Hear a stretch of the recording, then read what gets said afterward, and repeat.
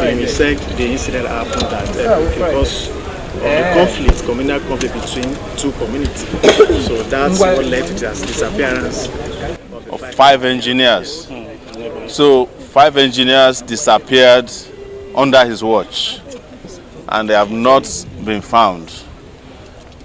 When they pressured him, he provided remains, bones of people they claim were these engineers. And when they did the DNA test, they found out that they were not the people who died. So what I'm glad happened with this particular man called Umahi is that his admittance that he's the most powerful person or powerful minister under Tinubu allowed his other victims to come out. And that is why we always warn people, you can commit crimes and get away with it at some point, yes, but you will never get away at all times. Yes. Now his crimes are catching up with him.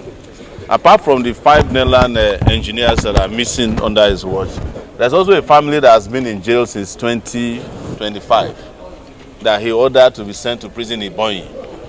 Don't forget that this same Umahi constructed one of the most expensive airports where even a drone doesn't land today. Tomorrow. In Ebonyi. So his crimes are catching up with him and he must answer for them. We are not asking that he should be fired alone. Umahi must be arrested and investigated, tried, and appropriately dealt with. So I'm sure more information will come out. You see, you can't just say that people disappeared because there's communal clash. Ebonyi is not the only place where there are communal clashes in Nigeria, where people disappear. We'll still find out what happened to them. So it has been established now that he has a hand in it, and there is prima facie case that he has information about their disappearance. Will you be calling for his stepping aside from the office? For us to have independent, proper, and transparent investigation, he has to step aside so that he will not interfere with investigations in a serious country. If he fails, he will step aside with the people who are protecting him when the time comes. All of them will be forced to step aside. Nigerians are not joking anymore. As you guys are aware, I spent last week in Aba, in Abia State, and I've never seen how determined people are, and you can say whatever you want to say. It wasn't an IPOB event, there was not even an IPOB flag. Nothing. It was just the Nigerian people asking for a revolution in Aba, in Ariara market, and in front of soldiers. Soldiers in their large numbers came, but they resisted them, and we had a great outing there. That's telling you that they're sending a message to the, they always tell you that some parts of the country based on ethnicity don't want Nigeria to be better, or because of religion they don't want the Nigeria that we call for. We are getting to find out, not for the first time, that there's unity of the oppressed. Yes. And we'll take it through to flush these guys out of our system. The killers, the corrupt people, and the dangerous politicians who have held Nigeria's future, past, present, and future to ransom. Yes. Sir, how will you describe the action of the FCT minister of leading a luxurious mansion for Nigerian? I didn't know that there were mansions until I saw the videos yesterday. He called them duplexes so that he can fool people.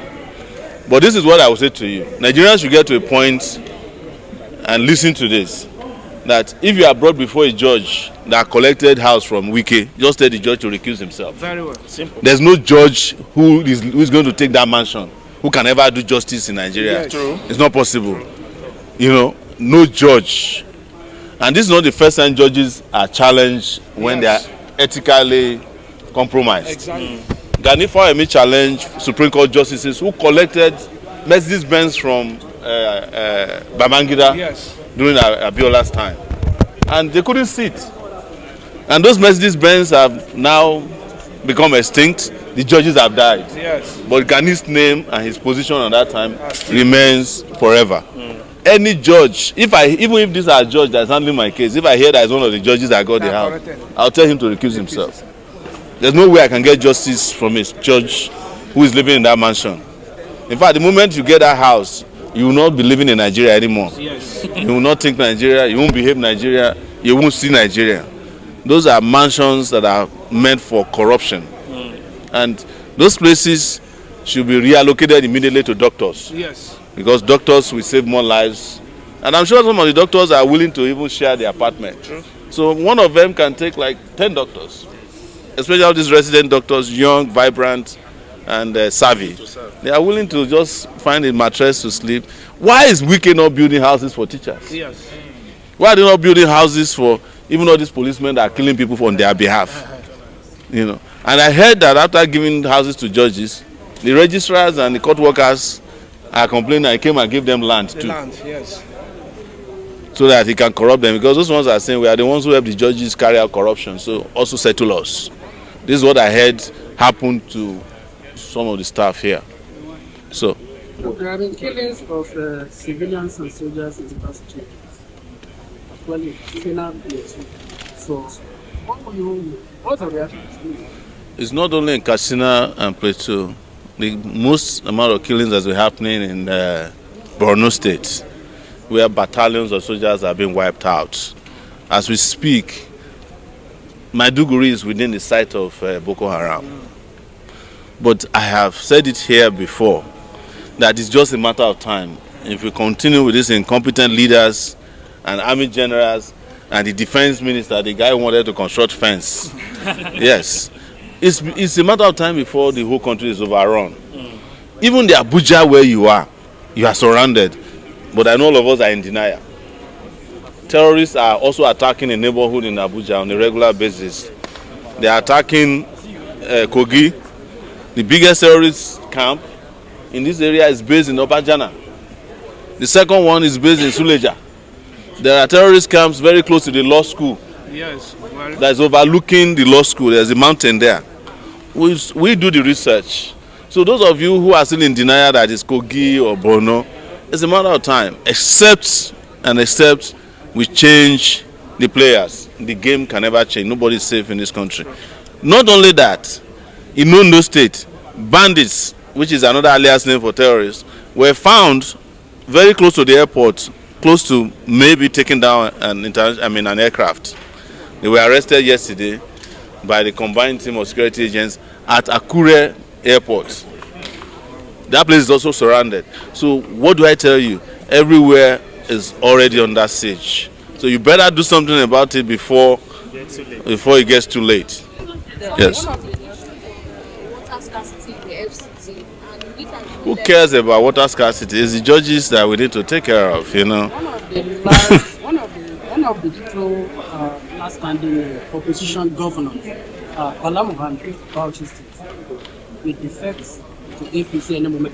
I disagree with you. Bala Mohammed was never an opposition person. This is what I always tell you people. You just use all these adjectives to qualify criminals. That's why I could never have joined. I was the first person to warn you about ADC and PDP. That all of them are the same. It's just different appellations. There's no difference between APC, ADC, and PDP. So how can you call Bala Mohammed, who is a thief, like Butinumbu, like Wike? Do you know that Bala Mohammed used to be the minister of the FCT? yes.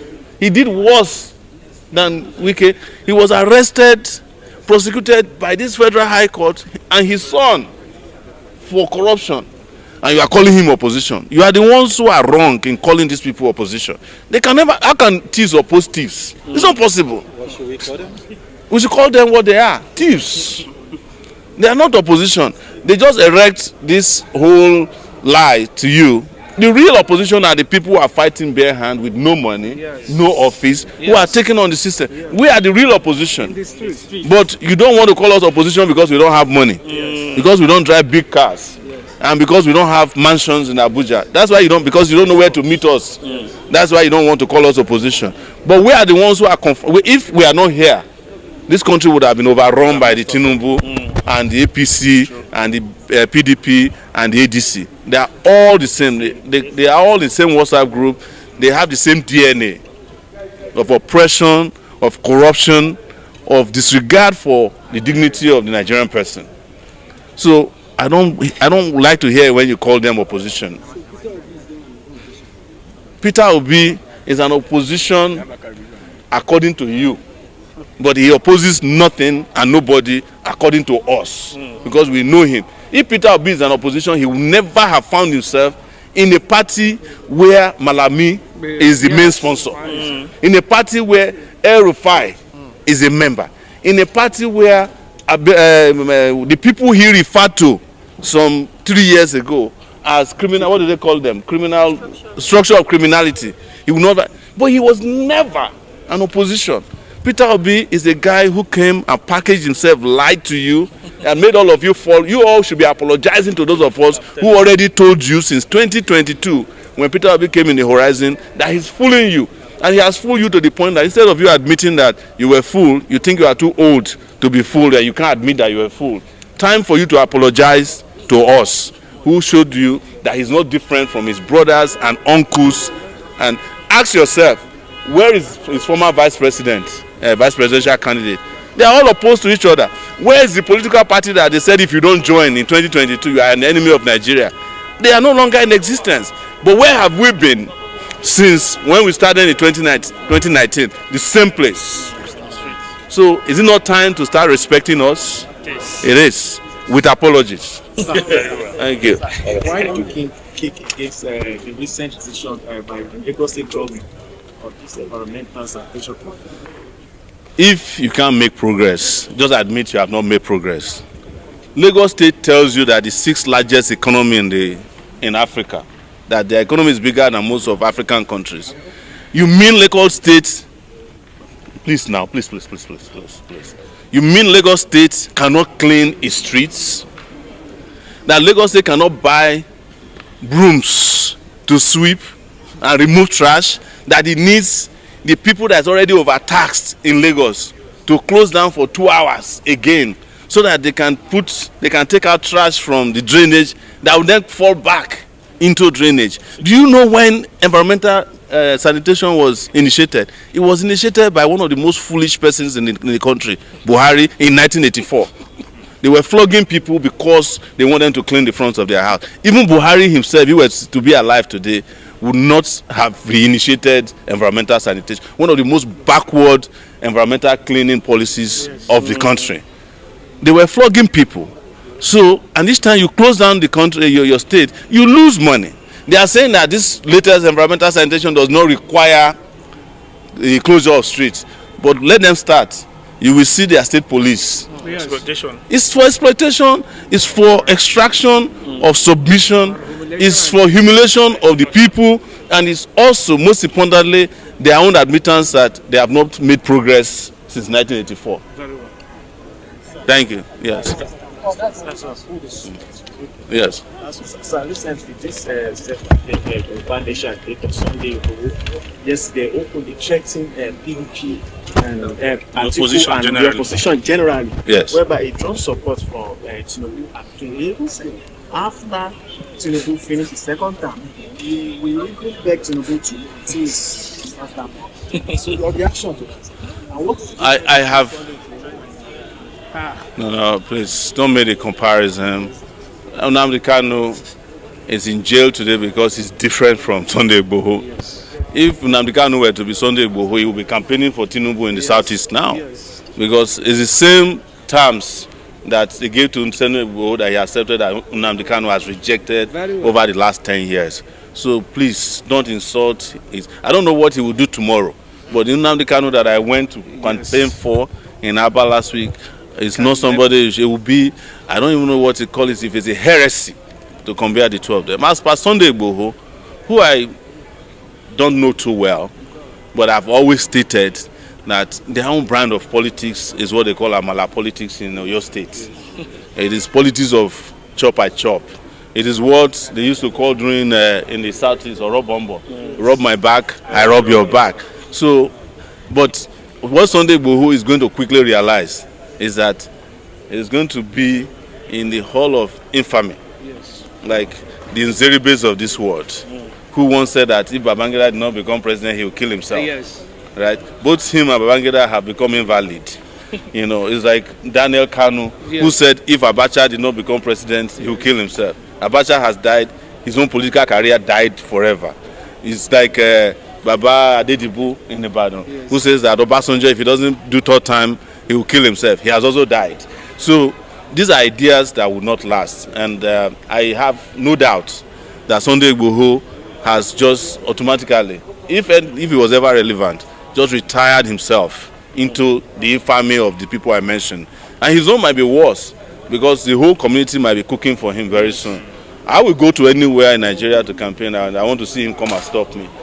And I'm sure he will never try. So some of it is also psychological. True. They're just using them to scare you so that you won't stand up, because they know if Tinubu is truly supported by 33 governors, why is he afraid of? Why is he afraid of rallies? Yeah, that tells you that it is the governors that are decamping, the people are not decamping.